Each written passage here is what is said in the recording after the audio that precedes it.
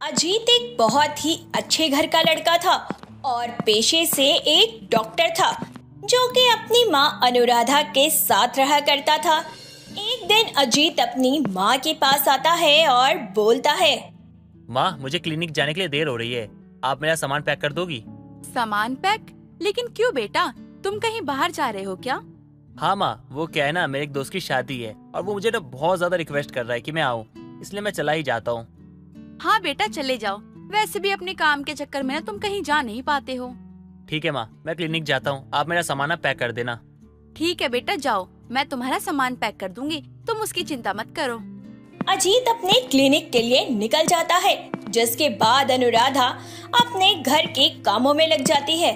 अपने सारे काम खत्म करने के बाद वह अजीत के कमरे में जाती है और उसकी सारी पैकिंग करके उसके बिस्तर पर लेट जाती है और उसकी आंख लग जाती है।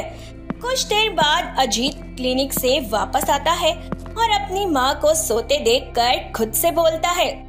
मेरी माँ को बिना कितना काम करना पड़ता है, बेचारी थक कर मेरे ही कमरे में सो गई। मैंने कितनी बार माँ से कहा है कि माँ एक नौकर या नौकरानी रख लो, लेकिन नहीं, ये तो सुनती ही नहीं है। काश मैं अपनी माँ की मदद कर पाता, लेकिन क्लिनिक से समय ही नहीं मिल पाता है। तू अकेले अकेले अपने आप में क्या बड़बड़ा रहा है? तू ठीक तो है ना? माँ, मैं तो ठीक हूँ, लेकिन लगता है आप ठीक नहीं है। ज्यादा थक गई हैं क्या, जो आप मेरे कमरे में सो गई? हाँ बेटा, आज ना काम कुछ ज्यादा था तो मैं थक गई थी और पता ही नहीं चला कि कब मेरी आंख लग गई। कोई बात नहीं माँ, एक नौकरानी रख लेते हैं, जिससे आपका काम आसान हो जाएगा। नहीं बेटा, हम दो ही तो हैं इस घर में, मुझे नौकरानी की क्या ही जरूरत है।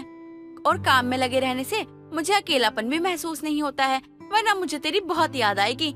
तू तो अपनी क्लिनिक में बहुत बिजी रहता है। माँ, आपको इस उम्र में मैं इतना परेशान होते हुए कैसे देख सकता हूँ? आप ही मुझे बताओ कि मैं आपकी किस तरह से मदद कर सकता हूँ, जिससे आपकी थोड़ी मदद हो जाए। वैसे एक काम कर सकते हैं, जिससे मेरी सारी परेशानी दूर हो जाएगी, तुझे मेरी चिंता भी नहीं होगी। कैसा काम माँ? आप बताओ मुझे, आप जो बोलोगी मैं वही करूँगा। बेटा, तू ना अपने दोस्त की शादी में तो जा रहा है, लेकिन अपने लिए भी ना कोई अच्छी सी लड़की ढूंढ लियो और शादी कर लियो।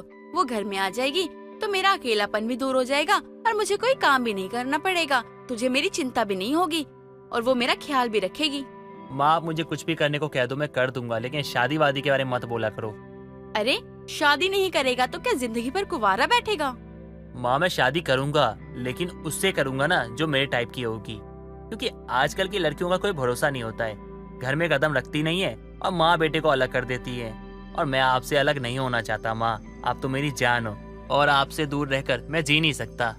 बेटा, सब लड़कियां ना एक जैसी नहीं होती है, तू एक बार शादी के लिए हाँ तो कर। माँ, हम एक काम करते हैं, इस टॉपिक पे ना किसी और दिन बात करते हैं। अभी मेरे दोस्त की शादी है, वहाँ जाता हूँ मैं। आपने सामान पैक कर दिया ना? अरे हाँ भाई, कर दिया तेरा सामान पैक, जा आराम से जाइयो। अजीत अपनी माँ का आशीर्वाद लेकर अपने दोस्त की शादी में चला जाता है, लेकिन उसे नहीं पता था कि यहाँ उसकी लाइफ बदलने वाली है। उसके दोस्त की शादी हो रही होती है कि तभी वहाँ पर कुछ गुंडे आ जाते हैं जो एक लड़की को छेड़ रहे होते हैं। अजीत उन गुंडों की पिटाई करता है और उस लड़की को बचा लेता है और बोलता है। आपको कहीं चोट तो नहीं लगी ना? आप ठीक तो है ना? जी हाँ, मैं बिल्कुल ठीक हूँ, मुझे कुछ नहीं हुआ। आप जाइए यहाँ से, वरना आपके लिए मुसीबत खड़ी हो सकती है। मैं कुछ समझा नहीं, आप कहना क्या चाहती है? ज्योति जब तक अजीत को कुछ समझाती, उससे पहले ही वह गुंडे वापस आ जाते हैं और अजीत को पकड़कर ज्योति और अजीत की शादी करवा देते हैं। अजीत को कुछ भी समझ नहीं आ रहा होता कि आखिर उसके साथ क्या हो रहा है, लेकिन अपनी जान बचाने के चक्कर में उसे ज्योति को लेकर घर आना पड़ता है। अजीत को एक लड़की के साथ शादी के जोड़े में देखकर अनुराधा हैरान रह जाती है और बोलती है। हे राम अजीत बेटा, तूने तो मेरी बात दिल पे ही ले ली। मैंने तो तुझे मजाक में बोला था कि अपनी दोस्त की शादी में जाइयो तो वहाँ एक अच्छी सी लड़की पसंद कर लियो, लेकिन तूने तो सच में पसंद कर लियो, शादी करके भी ले आया। माँ, ये शादी ना जबरदस्ती हुई है, मैं आपके सामने जिंदा खड़ा हूँ ना, वही बहुत बड़ी बात है। मैं कुछ समझी नहीं, तू ऐसा क्यों बोल रहा है बेटा? कोई बात नहीं, अगर तूने अपनी मर्जी से शादी की है तो मुझे कोई एतराज नहीं है। मुझे तो बस एक बहू चाहिए थी और वो मुझे मिल गई है, और तेरा फैसला है तो मुझे तेरे फैसले पे विश्वास है। माँ, ये फैसला मेरा नहीं था, बल्कि किसी और का था। जबरन शादी करवाई गई है मेरी। मैं नहीं जानता वो लोग कौन थे और इसके साथ क्या रिश्ता था, लेकिन इसकी इज्जत बचाने के चक्कर में मेरी शादी इससे करवा दी गई। अब मैं क्या करूँ माँ, मेरी तो जिंदगी खराब हो गई। ये क्या बोल रहा है बेटा? ये लड़की कौन है तू? तेरी शादी उन लोगों ने मेरे बेटे के साथ क्यों करवाई है? माँ जी, ये कोई पहली बार नहीं हुआ है। वो मेरे बड़े भाई थे। वो लोग हर शादी में ऐसा नाटक करके ये पता करते थे कि कौन सा लड़का शरीफ और अच्छे घर का है, ताकि वो उसके साथ मेरी शादी करवा सके। लेकिन ये तो कानूनी अपराध है, और ये कौन सा तरीका है शरीफ लड़के की जांच करने का? हम जल्दी पुलिस में कंप्लेंट करेंगे और उन लोगों को अंदर करवाएंगे। माँ जी, ऐसा मत करिएगा। वहाँ पर पुलिस वालों की भी नहीं चलती है। वहाँ इंसान जिंदा जाता जरूर है, लेकिन जिंदा लौटता नहीं। तुम ये सब बातें करके ना मुझे डराओ मत। मैं नहीं डरता तुमसे। हाँ, और हाँ, तुम जैसी गवार को ना मैं अपनी पत्नी कभी नहीं मान सकता। ये जो तुम्हारे गुंडे खानदान वाले ना, इन्हीं हरकतों के कारण उनको कोई शरीफ लड़का नहीं मिला होगा। देखिए जी, हम कोई गवार नहीं है, बल्कि हम 10वीं पास हैं। 10वीं पास और फर्राटेदार इंग्लिश भी बोलते हैं। हाँ, हमारे घर में थोड़ी सी पाबंदी थी, जिसकी वजह से हम आगे नहीं पढ़ पाए, लेकिन जितना पढ़ पाए उतना ही बहुत है। फर्राटेदार इंग्लिश और तुम बोलोगी? इंग्लिश की स्पेलिंग आती है तुम्हें? और हाँ, इस घर को अपना मत समझना। जल्दी से ना तुम्हें रवाना कर दूंगा। अजीत इतना कहकर वहाँ से चला जाता है, लेकिन ज्योति जानती थी कि अजीत के साथ बहुत गलत हुआ है, जिस कारण वह अजीत की किसी भी बात का बुरा नहीं मानती। वह अपने एक बहू होने का पूरा फर्ज निभाती है और उसके अंदर बहू होने के सारे गुण थे। धीरे धीरे अनुराधा उसे पसंद करने लगती है, लेकिन अपने बेटे के डर के मारे वह हमेशा ही उससे गुस्से में बात करती है। एक दिन उसकी पड़ोसन शांति उनके घर आती है और बोलती है, ये मैं क्या सुन रही हूँ अनुराधा, तेरे बेटे ने शादी कर ली। मुझे अजीत से ये उम्मीद नहीं थी। उसे तो मैं भी बहुत संस्कारी लड़का जानती थी। ये लव मैरिज करना, घर से भाग जाना, ये सब संस्कार उसके अंदर है, ये मैंने कभी नहीं सोचा था। शांति, तू जैसा समझ रही है वैसा कुछ नहीं है। मेरा बेटा अपने दोस्त की शादी में गया था, वहीं पर कुछ गुंडे लोगों ने अपनी बहन की शादी मेरे बेटे के साथ जबरन करवा दी। अच्छा, तब तो तुझे उसी लड़की और उसके घर वालों पर कंप्लेन करनी चाहिए। जरा मुझे भी तो उस लड़की से मिलवा दे। अभी बुलवाती हूँ। वैसे लड़की इतनी बुरी नहीं है, जैसी बहू मैं चाहती थी वो उसमें सारे गुण हैं। अब उसका खानदान गुंडे के घर का है, ये शरीफ घर में है, उससे इसका क्या लेना देना? हमें तो लड़की से मतलब है ना, और लड़की तो मुझे शरीफ लगी है। नमस्कार आंटी जी, हम ही हैं डॉक्टर बाबू की दुल्हनिया। अब बताइए, आपको हमसे क्या पूछना है? हम बहुत देर से रसोई में से देख रहे थे, आप हमारी माँ जी से कुछ बोल रही थी। ये हम क्या लगा रखा है? अपने साथ 10 लोगों को और लेकर चल रही हो क्या? कितनी पढ़ी लिखी हो तुम? हम 10वीं पास हैं, 10वीं। अनुराधा, अगर तुझे अपने डॉक्टर बेटे की शादी एक 10वीं पास लड़की के साथ ही करवानी थी, तो मेरी बहन की लड़की कौन सी बुरी थी? वो कम से कम 12वीं पास तो थी। अगर तूने पहले हाँ कर दी होती तो अब तुझे 10वीं पास बहू नहीं मिलती। सच कहते हैं, लोगों की किस्मत से ज्यादा किसी को नहीं मिल सकता है। शांति अनुराधा को 10वीं पास बहू होने के कारण उसे ताना मारकर चली जाती है, लेकिन अनुराधा को इस चीज से कोई फर्क नहीं पड़ता, क्योंकि कहीं ना कहीं वह ज्योति को दिल से अपनी बहू मान चुकी थी, जिसके कारण उसे कोई फर्क नहीं पड़ता था कि उसकी बहू 10वीं पास है या फिर 12वीं पास है। जानकी सुबह सुबह सोकर ही उठती है कि तभी जानकी की 2 बहुएं दिव्या और अंजलि कमरे में अपनी अपनी साड़ी लेकर आती हैं। माँ जी, ये साड़ी देखो और बताओ कैसी लग रही है। बहू, मैं अभी अभी सोकर उठी हूँ कि तू यहाँ मेरे मुंह के आगे ये साड़ी ले आई। हाँ माँ जी, आपको नहीं दिखाएंगे तो हम किसे दिखाएंगे अपनी साड़ियाँ? मैं तो यही कहती हूँ कि ये सब काम जितनी जल्दी निपट जाए उतना ही अच्छा होगा, इसलिए आप बता दो कौन सी अच्छी है। हाँ, दोनों साड़ियाँ बहुत अच्छी है, तुम दोनों पर बहुत अच्छी लगेंगी। माँ जी, आपकी आँख तक नहीं खुली है पूरी, और आप बिना अच्छे से देखे ही बोल रही हो कि अच्छी है। अरे कम से कम एक बार देख तो लो, तब बोलो ना कि अच्छी है या नहीं। बहू, ये तुझे तब नहीं दिखा जब आधी नींद से ही अपनी सास को उठाकर ये साड़ियाँ दिखाने लग गई। अरे सुबह सुबह बहुएं अपनी सास को चाय पानी पिलाती है और तुम दोनों हो कि अपनी सास को साड़ियाँ दिखा रही हो।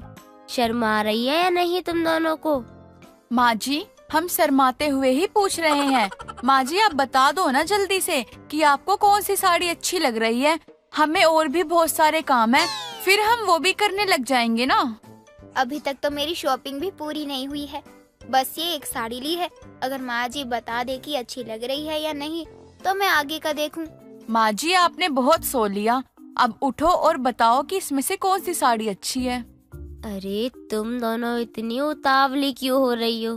तुम दोनों को किस लिए शॉपिंग करनी है?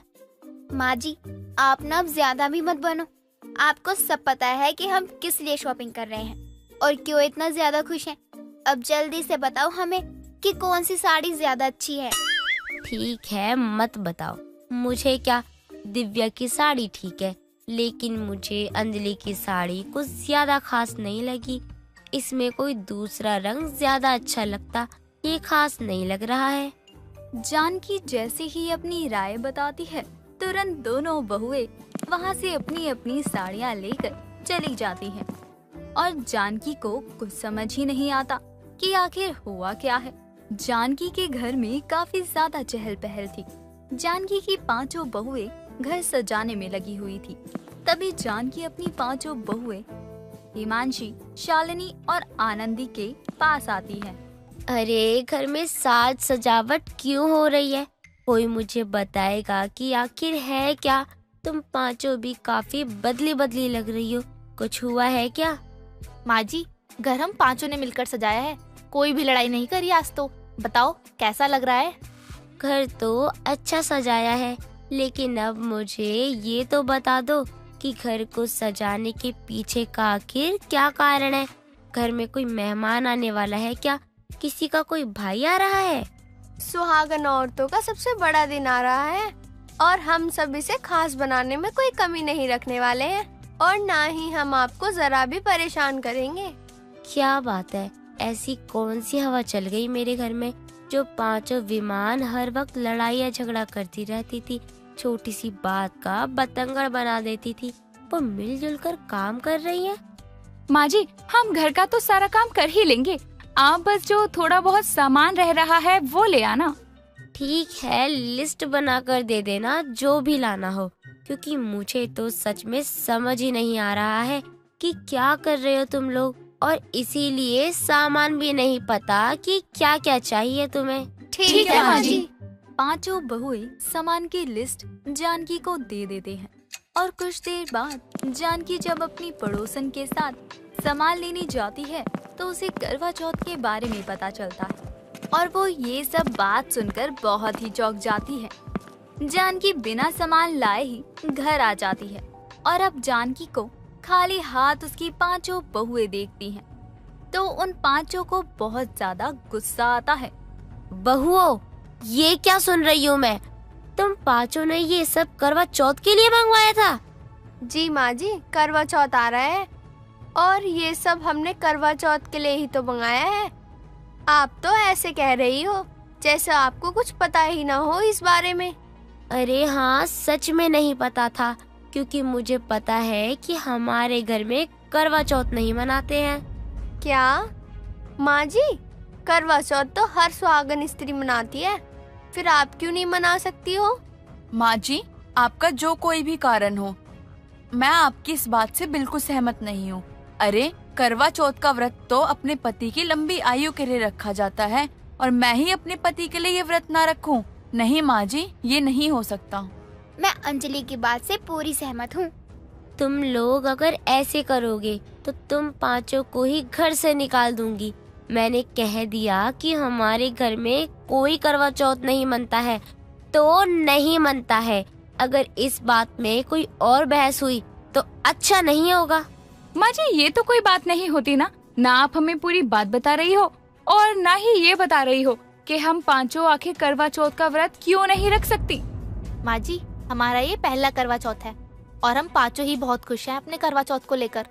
आप तो देख ही रही होंगी ना कि हम किस तरह से सारी तैयारियां कर रहे हैं। तुम लोगों को अगर मेरी बात समझ नहीं आई तो साफ साफ बता दो ना। मुझे भी और बहुत तरीके आते हैं अपनी बात समझाने के। अब आगे तुम पांचों खुद ही बहुत समझदार हो। जानकी अपनी बात बोलकर वहाँ से चली जाती है। पांचों बहुएं बहुत ज्यादा निराश हो जाती हैं, क्योंकि उन पांचों का बहुत मन था करवा चौथ का व्रत रखने का, लेकिन अपनी सास की बात काटने की हिम्मत नहीं थी।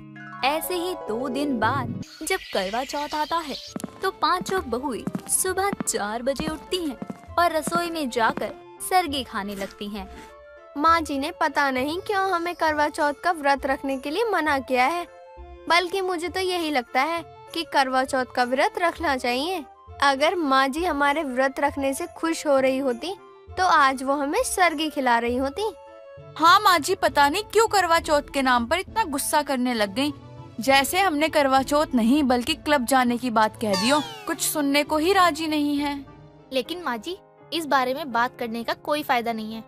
माँ जी के उठने से पहले हम सबको सरगी खा लेनी चाहिए, क्योंकि अगर गलती से भी माँ जी की आँख खुल गई ना तो वो समझ जाएगी कि हमने उनकी बात नहीं मानी और करवा चौथ का व्रत रख लिया। हाँ, सही कहा। पांचों बहुएं चुपचाप से बिना कोई आवाज किए सरगी खा लेती हैं और अपने अपने कमरे में चली जाती हैं। पांचों सुबह से कुछ भी नहीं खा रही थी और खाना भी कम बनाया होता है। जब रसोई में कम खाना जानकी देखती है तो उसे बहुत ही अजीब लगता है और वो अंजलि को आवाज लगाती है। बहू, आज इतना कम खाना क्यों बनाया है? खाना बनाने की जिम्मेदारी तो तेरी थी ना। इतना कम खाना क्या कुत्तों के लिए बनाया है? माँ जी, वो क्या है ना, पता नहीं क्यों मुझे अपनी तबीयत खराब सी लग रही है और कुछ बनाया ही नहीं जा रहा था, इसलिए जैसे तैसे जितना भी बन पाया मैंने बना दिया। बहू, तेरी तबीयत खराब लग रही थी, इतना सा खाना बना दिया। हम इस खाने का करे तो क्या करे? जानकी अंजलि को बहुत सुनाती है, जिसके बाद अंजलि चुपचाप वहाँ से चली जाती है। ऐसे ही पूरा दिन निकल जाता है। जानकी को अपनी बहुओं पर काफी ज्यादा शक तो होता है, लेकिन फिर भी वो कुछ नहीं कहती। शाम को पांचों बहुएं अपनी सास से बचते हुए छत पर पहुंच जाती हैं, लेकिन इत्तेफाक से वहां उसी समय पांचों की ननद आरोही जानकी के साथ आ जाती है। पांचों को बिल्कुल सजे धजे देखकर जानकी को बहुत गुस्सा आता है। तुम पांचों को मैंने पहले भी बोला था कि कोई करवा चौथ का व्रत नहीं रखेगा, तो तुम पांचों को मेरी बात समझ नहीं आई। माँ जी, हमें तो आपकी बात मानने में कोई परेशानी नहीं है, लेकिन बिना किसी कारण के आप अपना फैसला हम पे थोप रही थी, जो कि हमें बिल्कुल मंजूर नहीं है। मुझे नहीं पता था कि तुम पांचों ऐसा करोगी मेरे साथ। मैं अपनी पांचों भाभी को गलत नहीं बोल रही, लेकिन माँ ने जब करवा चौथ का व्रत रखा उसी दिन मेरे पिताजी का देहांत हो गया था। बस इसीलिए ही माँ को करवा चौथ के व्रत से नफरत सी हो गई है, और पापा के साथ जो कुछ भी हुआ माँ उस बात को बर्दाश्त नहीं कर पाई। अपनी सास की बात को ना समझने की वजह से पांचों बहुओं को भी कहीं ना कहीं बहुत बुरा लगता है, और अपनी बहुओं को प्यार से ना समझाने की वजह से जानकी को भी बुरा लगता है। गुंजन अपने आंगन में झाड़ू लगा रही होती है, तभी वो घर के सामने पानी से भरा मटका ले जाती हुई एक अम्मा को देख लेती है, तो फटाफट झाड़ू को वहीं छोड़कर अम्मा के पास जाती है। अम्मा, आप इस उम्र में भी इतना भारी मटका क्यों उठा रही हैं? लाइए, मुझे दीजिए। का बताएं बिटिया, हमारी बहुरिया तो हमारी एक नहीं सुनती है। घर में एक बूंद भी पीने को पानी नहीं था। उसको कहे तो बोली के खुद ही ले आओ।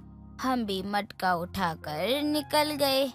ये तो ठीक बात नहीं अम्मा, भला अपनी बूढ़ी सास से कोई काम कैसे करवा सकता है?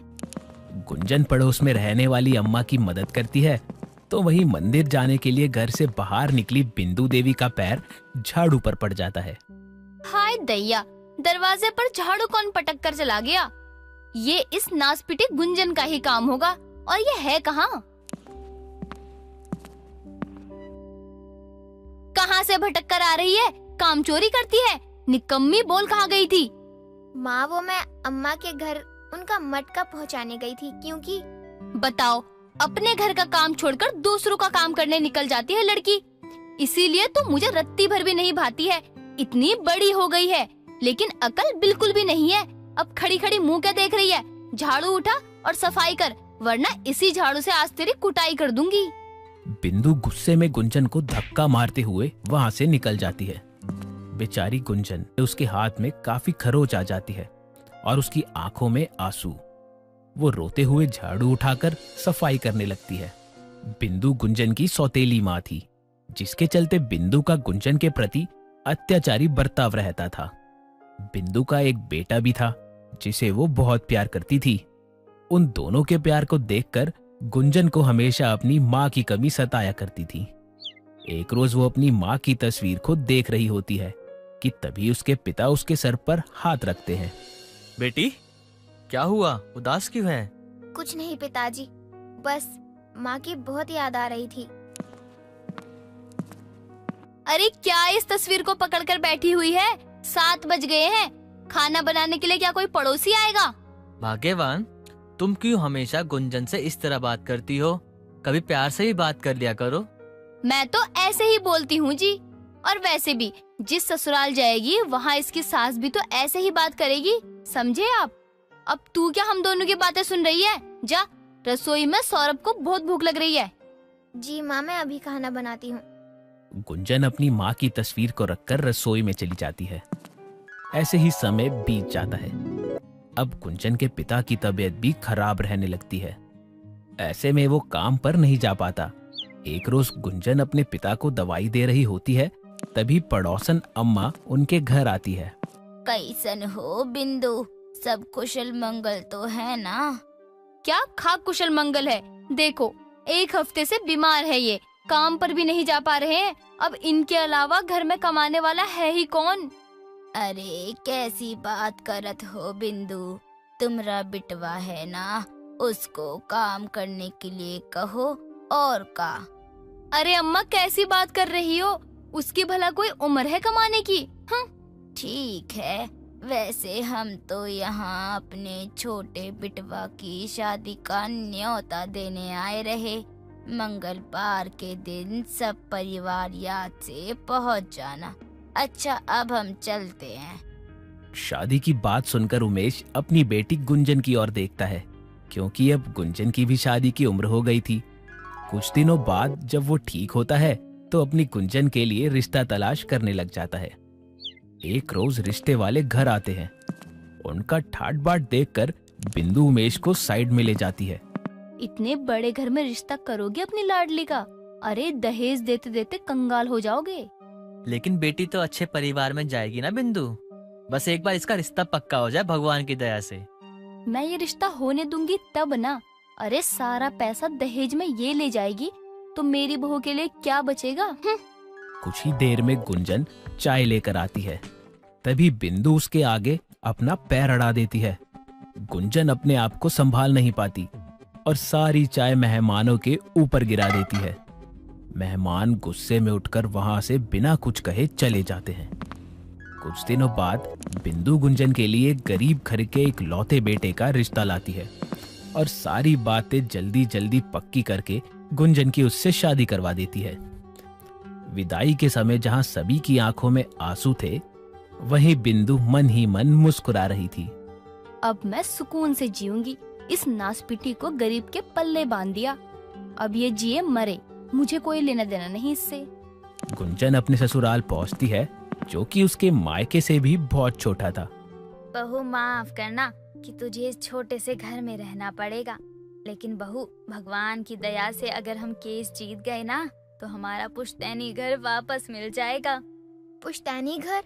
हाँ गुंजन, हमारे चाचा जी ने हमारे पुश्तैनी घर और तोर तेल की फैक्ट्री पर जबरदस्ती कब्जा कर रखा है। इसके चलते हम लोग इस तरह गरीबी में दिन काटने को मजबूर हैं। माँ जी, राघव जी, आप चिंता मत कीजिए। हमेशा हालात एक जैसे नहीं रहते, एक दिन सब ठीक हो जाएगा। गुंजन अपने ससुराल वालों को हौसला देती है। समय बीत जाता है। एक रोज उमेश बिंदु से गुंजन के ससुराल जाने की बात कहता है। भाग्यवान, गुंजन की बहुत याद आ रही है, जाकर एक बार उससे मिलाते हैं। मुझे उसके फटीचर ससुराल के दर्शन करने का कोई मन नहीं है। आप खुद ही चले जाओ, मुझे मत कहो। मैं अकेला जाऊंगा तो उसके ससुराल वाले क्या सोचेंगे? कुछ भी सोचे, मुझे क्या लेना देना। और हाँ, अगर जा रहे हो तो कोई महंगी मिठाई विठाई पर फालतू खर्चा मत करना, पहले ही कह देती हूँ। बिंदु की बातें सुनकर उमेश वहाँ से चला जाता है। तो वहीं गुंजन अपने घर के छोटे से मंदिर में पूजा कर रही होती है। तभी उसका पति राघव हाथ में कुछ कागजात लिए खुशी से दौड़ता हुआ आता है। माँ, गुंजन, बाहर जल्दी आओ। क्या हुआ बेटे, सब ठीक तो है ना? अदालत में सुनवाई ठीक रही ना? माँ, सुनवाई भी ठीक रही और फैसला भी हमारे हक में आया है। हमें हमारा पुश्तैनी मकान और तेल की फैक्ट्री वापस मिल गई है। आप सच कह रहे हैं राघव जी? हाँ गुंजन, ये देखो घर और फैक्ट्री के कागजात। देखो माँ, अब हम अपने घर में जा सकते हैं। इस छोटे से घर में अब हमें और नहीं रहना पड़ेगा। ये सब बहू के शुभ कदमों के कारण हुआ है। तू सच में मेरे घर के लिए बहुत शुभ है। कुछ समय बाद उर्मिला अपने परिवार के साथ एक बड़े से घर में शिफ्ट हो जाती है और राघव भी फैक्ट्री का काम संभाल लेता है। अब धीरे धीरे उनके घर में लक्ष्मी आने लगती है। एक रोज बिंदु की पड़ोसन अम्मा अपनी बहू के साथ बाजार जाती है तो वो देखती है कि गुंजन महंगी साड़ी और गहने पहने हुए एक गाड़ी में बैठ रही है। ये सारा दृश्य देखकर वो बिंदु को बता देती है। ये क्या कह रही हो अम्मा? मुझे लगता है तुम्हारी आंखों को धोखा हुआ होगा। माना हमारी नजरें कमजोर हैं, लेकिन धोखा नहीं खा सकत। तोहरी गुंजन शादी करके अमीर हो गई है। अपनी पड़ोसन की ये बात सुनकर बिंदु को यकीन नहीं होता, इसलिए वो खुद गुंजन के ससुराल जाती है। लेकिन ये क्या, वहाँ तो ताला लगा हुआ होता है। तब उसे पता चलता है कि वो घर छोड़कर अपने पुश्तैनी घर में शिफ्ट हो गए हैं। जब बिंदु वहाँ पहुँचती है तो उसकी आंखें खुली की खुली रह जाती है। तभी उसकी समधन उसे घर के अंदर ले जाती है और वो गुंजन को महंगी बनारसी साड़ी में देखकर दंग रह जाती है। वाह गुंजन, तू तो बहुत जच रही है इस साड़ी में। वैसे बहन जी, अचानक ही काया पलट कैसे? सब भगवान की दया और मेरी बहू के शुभ कदमों का फल है। आपके लिए कुछ चाय नाश्ता लाऊं? नहीं माँ जी, वो मेरी माँ थोड़ी पुराने ख्यालात की हैं, इसलिए बेटी के ससुराल का पानी तक नहीं पिएंगी ना माँ। हाँ हाँ, सही कह रही है गुंजन। माँ, मैं तो मजाक कर रही थी। वैसे माँ, अचानक से यहाँ आना कैसे हुआ? आपने बताया भी नहीं। अब इससे क्या बहाना बनाऊं? मैंने क्या सोचा था, गरीब घर में इसकी शादी करूंगी तो हमेशा गरीबी में ही जिएगी। लेकिन ये तो शादी करके अमीर ही हो गई। ऐसे ही चली आई बस। बिंदु ये सब सोच ही रही होती है, लेकिन गुंजन अमीर होने के बाद भी अपना स्वभाव नहीं बदलती और अपनी माँ की बहुत अच्छे से खातिरदारी करती है। तो बिंदु को एहसास होता है कि उसने हमेशा गुंजन को सौतेला समझकर ही उसका बुरा चाहा। लेकिन आज अमीर होने के बाद भी वो उसे अपनी माँ का ही दर्जा देती है, जिसके बाद से बिंदु में भी सुधार आ जाता है और वो हर तीज त्योहार गुंजन के ससुराल जाकर उसकी माँ होने का फर्ज निभाती है। बचपन में ही अपनी माँ का देहांत हो जाने के बाद अंजू के पापा ने दूसरी शादी कर ली थी और उसकी नई माँ के कहने पर उसके पापा योगेश उसे अपनी माँ रामरती के पास छोड़कर शहर में जाकर बस गए थे। अंजू की दुनिया उसकी दादी में बसी थी। बीतते समय के साथ अंजू की दादी उसका पालन पोषण करके उसे बड़ा करती है। अब अंजू 18 साल की हो जाती है। एक सुबह जब वो घास का गट्ठर लिए घर आती है तो उसे बढ़िया खाने की खुशबू आती है। अरे वाह, इतनी सुबह सुबह इतनी अच्छी खुशबू। लगता है दादी ने कुछ खास बनाया है। दादी, दादी। आ गई शैतान। ये बता, घास लाने गई थी या उगाने, जो इतनी देर लग गई तुझे? दादी, मैं क्या करती। कंचन और गुंजन मुझे जबरदस्ती रामू काका के बाग से अमरूद तोड़ने के लिए ले गई, तो बस उसी चक्कर में देरी हो गई। वैसे ये क्या बनाया है आपने दादी? बहुत बढ़िया खुशबू आ रही है। बड़ी तेज है ना तेरी नाक, तो खुद ही बता मुझसे क्या पूछ रही है। खुशबू से तो लग रहा है आपने अपनी सीक्रेट रेसिपी बनाई है। सीक्रेट रेसिपी क्या कह रही है? ओहो दादी, थोड़ी भी अंग्रेजी की समझ नहीं है आपको? अंग्रेजी की नानी, मैंने कड़ी और जीरा चावल बनाए हैं। मुंह हाथ धो ले, मैं अभी गर्मा गर्म लेकर आती हूँ। कुछ ही देर में रामरती दोनों के लिए खाना लेकर आती है, जिसकी खुशबू से ही अंजू के मुंह में पानी आ जाता है और वो गर्म गर्म कड़ी चावल ही खाने लगती है। तो उसकी दादी उसे पानी देती है। अरे अरे आराम से बिटिया, खाना गर्म है, मुंह जल जाएगा। दादी मुंह तो नहीं जला, लेकिन स्वाद आ गया। आहा, क्या स्वादिष्ट कड़ी बनी है। आप चावल छोड़कर मैं ये कड़ी ही पीऊंगी। बस कर, जब भी मैं कड़ी बनाती हूँ तू हमेशा यही कहती है, अब धीरे धीरे खा, तेरा खाना कोई और नहीं खाएगा। सच में दादी, आखिर आप इतनी स्वादिष्ट कड़ी इतनी जल्दी कैसे बना लेती हो? मुझे भी इसकी रेसिपी मतलब विधि बताओ ना। हाँ बताऊंगी, जब तू शहर जाएगी ना अपने पापा के साथ रहने, तब जरूर बताऊंगी। अपनी दादी की ये बात सुनकर अंजू का खिलखिलाता चेहरा उदास पड़ जाता है और उसकी आंखों में आंसू आने लगते हैं। उसे अचानक दुखी देखकर रामरती प्यार से उसके सर पर हाथ फेरती है। क्या हुआ मेरी बच्ची, तू अचानक से रोने क्यों लगी? मैं आपको छोड़कर कहीं नहीं जाऊंगी दादी। माँ के जाते ही पापा मुझे छोड़कर चले गए, एक बार भी नहीं सोचा मेरे बारे में। अरे रे, ऐसा नहीं कहते बिटिया, भले ही तुझे मैंने पाला हो, लेकिन तेरे पापा को हमेशा तेरी फिक्र रहती है।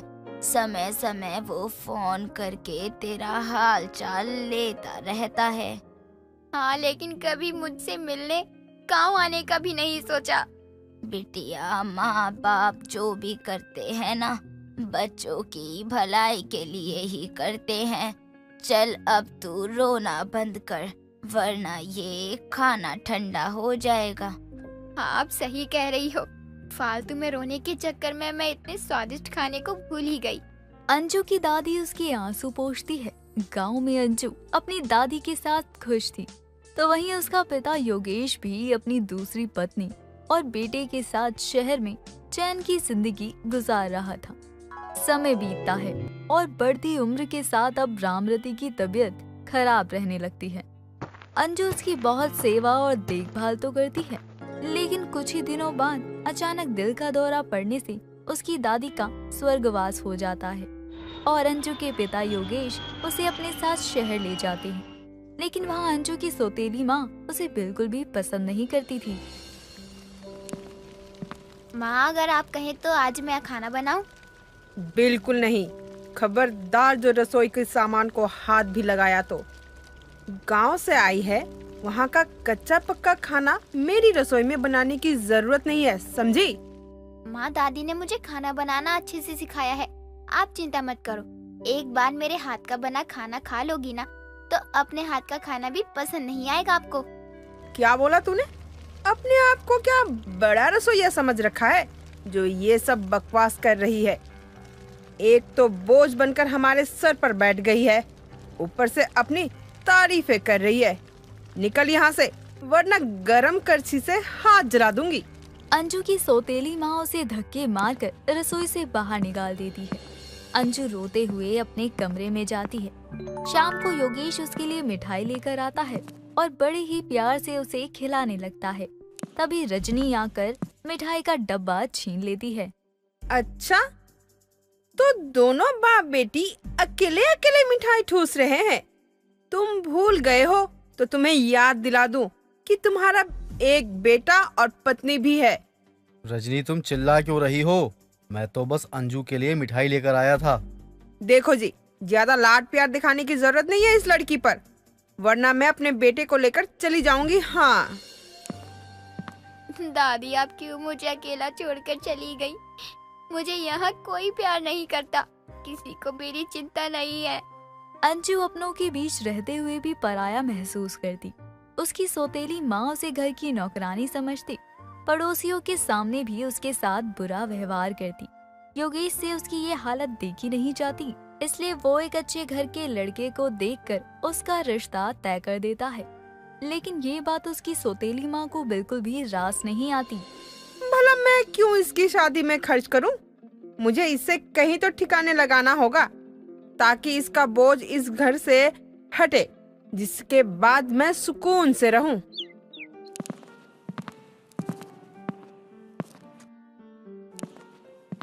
लगता है अब मैं घर कभी नहीं लौट पाऊंगी, लेकिन फिर मैं कैसे अकेले जीऊंगी? अरे सुमन, जल्दी कड़ी बनाकर रख लो, ग्राहक खाने के लिए आएंगे तो हम कहाँ से देंगे? अरे कढ़ी बनाना कोई हलवे बनाने जितना आसान है क्या? आज कढ़ी नहीं बन पाएगी। एक तो कुछ देर पहले ही दही लेकर आए हो तुम, फिर समय तो लगेगा ही ना। आप कहें तो कढ़ी बनाने में मैं आपकी मदद कर दूं, बदले में आप मुझे कुछ खाने को दे देना। मैं जल्दी ही कढ़ी बनाकर तैयार कर दूंगी। ढाबे वाला और उसकी पत्नी अंजू को देखकर हैरान रह जाते हैं। तभी ढाबे पर ग्राहक आने लगते हैं तो ढाबे वाला अंजू की बात मान जाता है। अंजू रसोई में जाकर अपनी दादी की सिखाई हुई विधि से कुछ ही देर में एक पतीला कढ़ी बनाकर तैयार कर देती है, जिसकी खुशबू से पूरा ढाबा महक उठता है और सुमन ग्राहकों को कढ़ी चावल देती है। वाह जी वाह, कमाल की दिता, ऐनी बढ़िया और स्वादिष्ट कढ़ी तो कभी खाई नहीं मैंने। ओ परजाई जी, एक कटोरी और ला दो। जी अभी लेकर आती हूँ। अजी, इस लड़की की बनाई कढ़ी ने तो जादू कर दिया ग्राहकों पर। सभी 2-2 प्लेट कढ़ी चावल मांग रहे हैं। सही कह रही हो भाग्यवान। फिलहाल तुम लोगों पर ध्यान दो, मैं उसे खाना दे देता हूँ, वो भी बहुत भूखी है। कुछ ही देर में खाना खाने के बाद अंजू वहाँ से जाने लगती है तो दोनों पति पत्नी उसे अपने ढाबे पर काम करने के लिए कहते हैं। तुमने तो आज कमाल ही कर दिया। इतने कम समय में इतनी स्वादिष्ट कढ़ी बनाकर तो तुमने तो आज हमारी अच्छी कमाई करवा दी। सच में आपको पता है, ये कढ़ी मेरी दादी की सीक्रेट रेसिपी है। उन्होंने मुझे बनाना सिखाया था, लेकिन उनके जाने के बाद से मेरी जिंदगी से जैसे खुशियाँ ही चली गयी। अंजू उन्हें अपने बारे में बताती है तो उसकी कहानी सुनकर दोनों को बहुत दुख होता है, जिसके बाद वो उसे अपने ढाबे पर काम पर रख लेते हैं।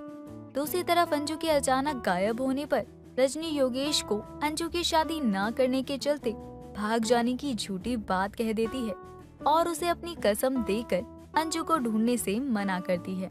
समय बीतता है और अंजू अपनी दादी की सीक्रेट रेसिपी से बहुत स्वादिष्ट खाना बनाकर ढाबे से कमाई करके एक घर किराए पर लेती है। कुछ समय बाद योगेश और रजनी रास्ते से जाते हुए उसी ढाबे पर जाते हैं जहां अंजू काम किया करती। अंजू, मेरी बेटी, तू यहाँ कैसे? रजनी, तुमने तो कहा था कि अंजू भाग गई। वो जी? पापा, सच तो ये है कि माँ मुझे बाजार में भटकने के लिए छोड़ गई थी और अनजाने में मैं यहाँ ढाबे में आ पहुँची और यहीं काम करने लगी हूँ। लेकिन मुझे इनसे कोई शिकायत नहीं है, क्योंकि अगर ये मुझे नहीं छोड़ती तो शायद मैं खुद ही परेशान होकर घर से भाग जाती। बेटी, तू ये क्या कह रही है? चल घर चल अपने। नहीं, मुझे कहीं नहीं जाना। इस दुनिया में बस मेरी दादी ही मेरी अपनी थी और अब उनके बाद उनकी सीक्रेट रेसिपी बनाकर मैं इस दुनिया में अपना गुजारा कर सकती हूँ, इसलिए मुझे कहीं नहीं जाना।